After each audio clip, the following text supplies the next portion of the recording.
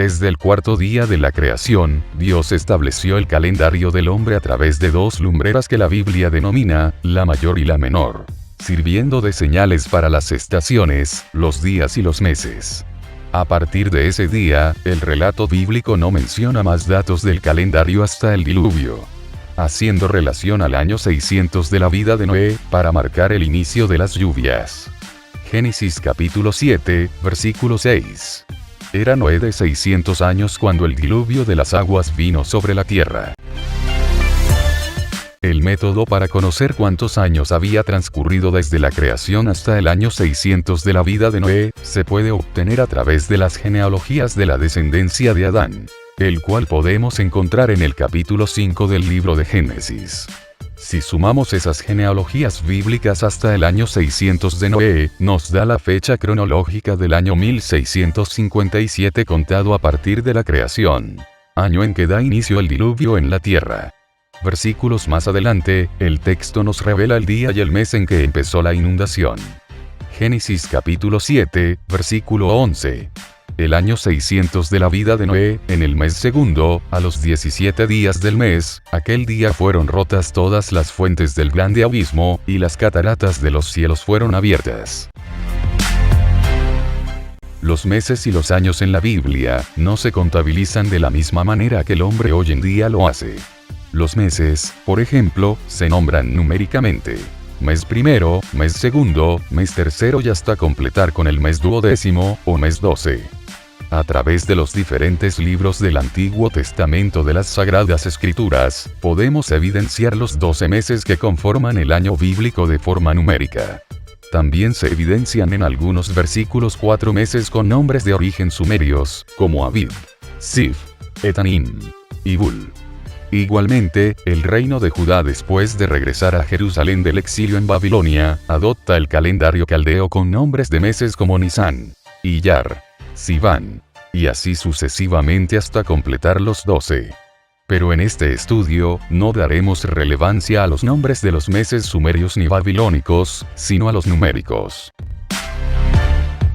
El versículo anteriormente citado, nos revela que el diluvio dio inicio el día 17 del mes segundo, y las genealogías nos calculan que fue del año 1657 contado a partir de la creación.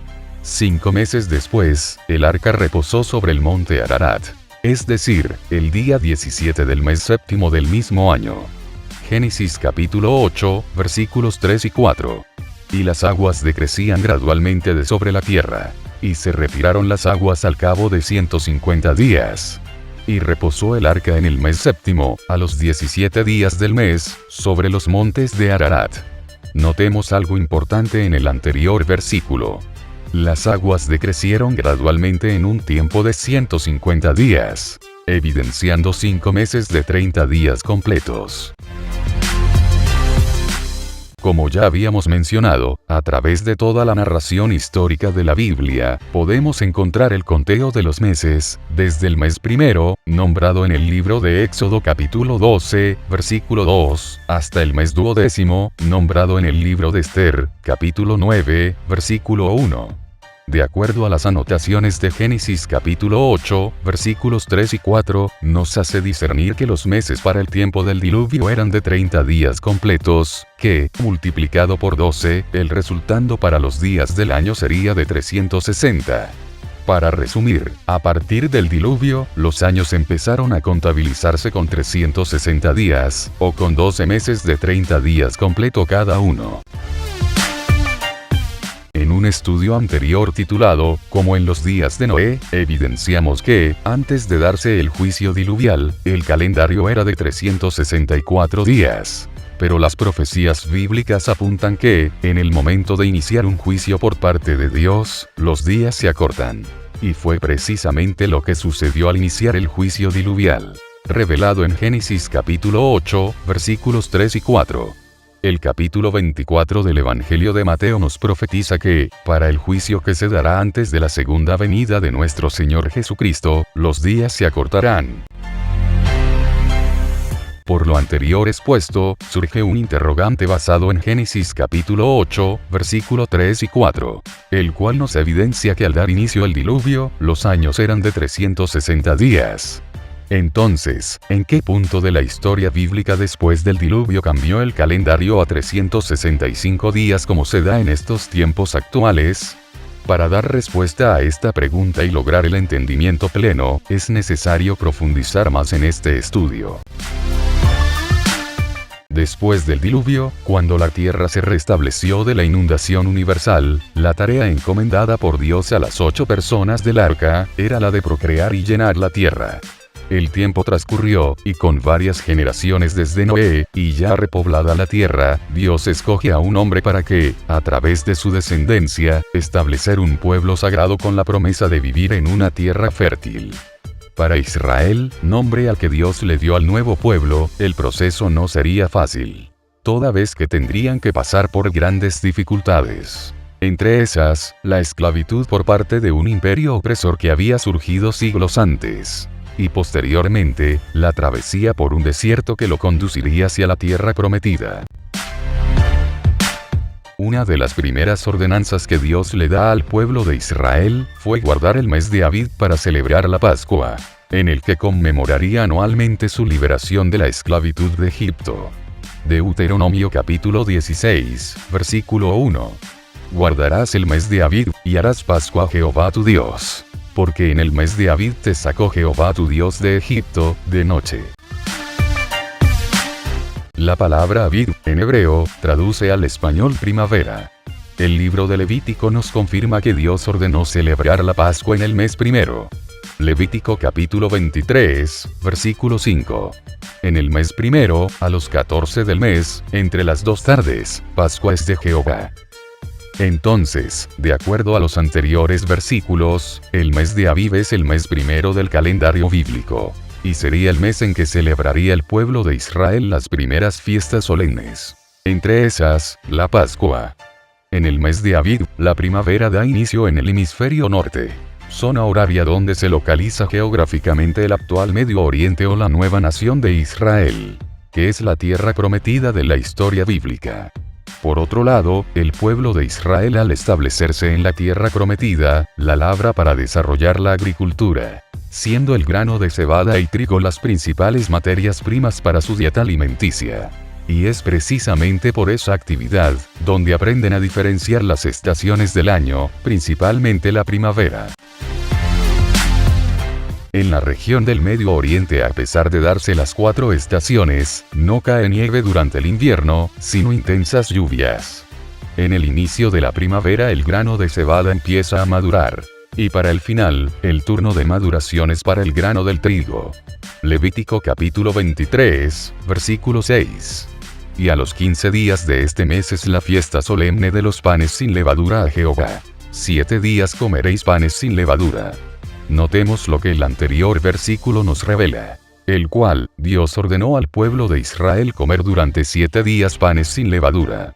Este alimento derivaba del grano de cebada que empezaba a madurar entrando la primavera, o entrando el mes de Abib.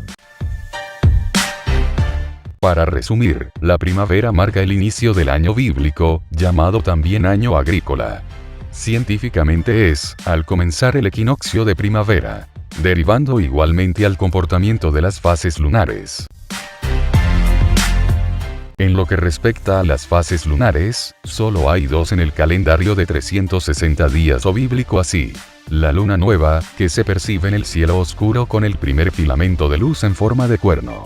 Y la luna llena, que se percibe cuando se encuentra totalmente iluminada.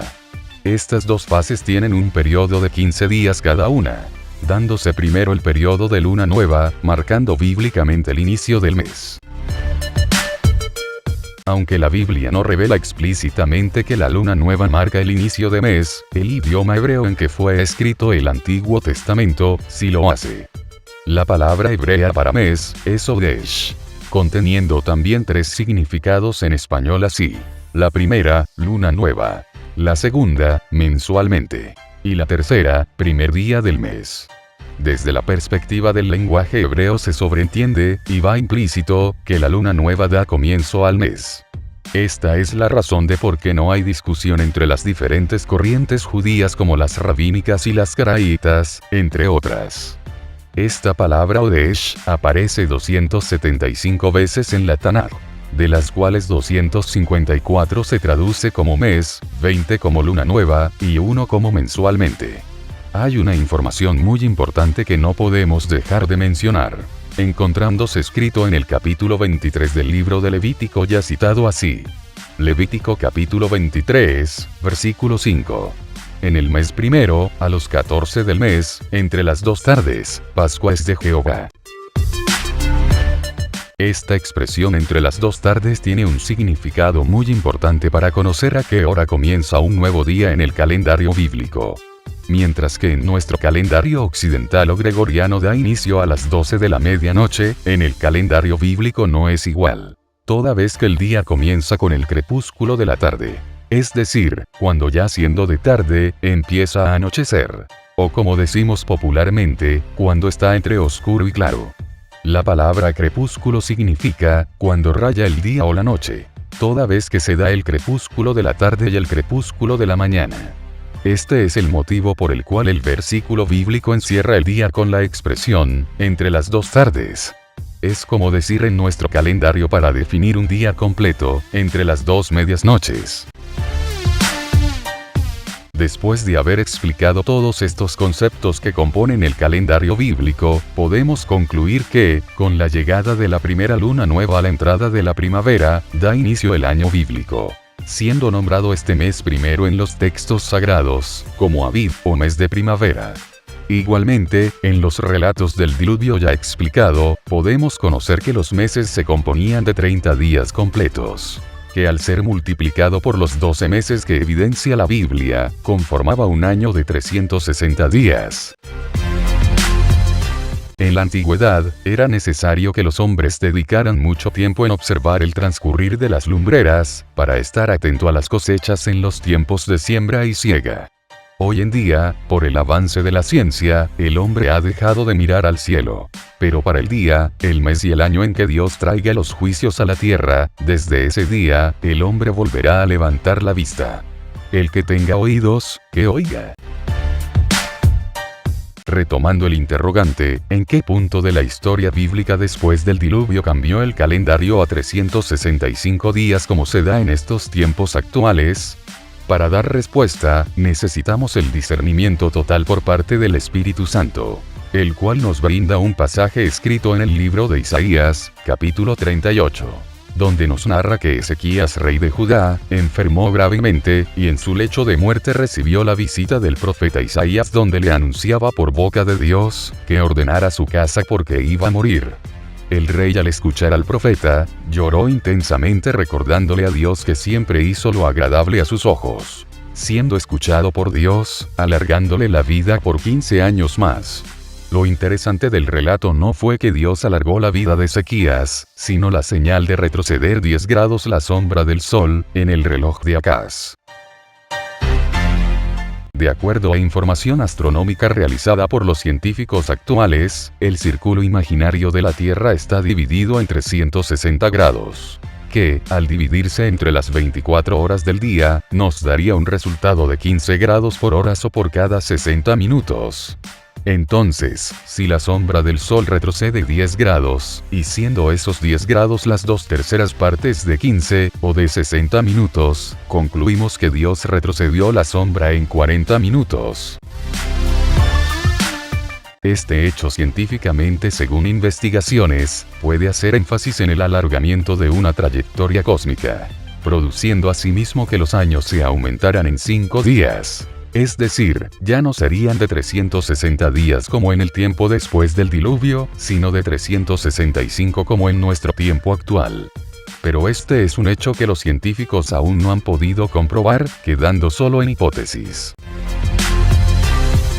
Aunque la Biblia ciertamente se limita a revelar que Dios retrocedió la sombra del sol en 10 grados, nuestro discernimiento sí nos hace pensar que fue en ese punto de la historia bíblica que el calendario de 360 días pasara a 365. porque en los cientos de versículos del Antiguo y Nuevo Testamento después del relato diluvial, solo en el capítulo 38 de Isaías, y repitiéndose en Segunda de Reyes capítulo 20, se evidencia la intervención por parte de Dios en la astronomía de la Tierra.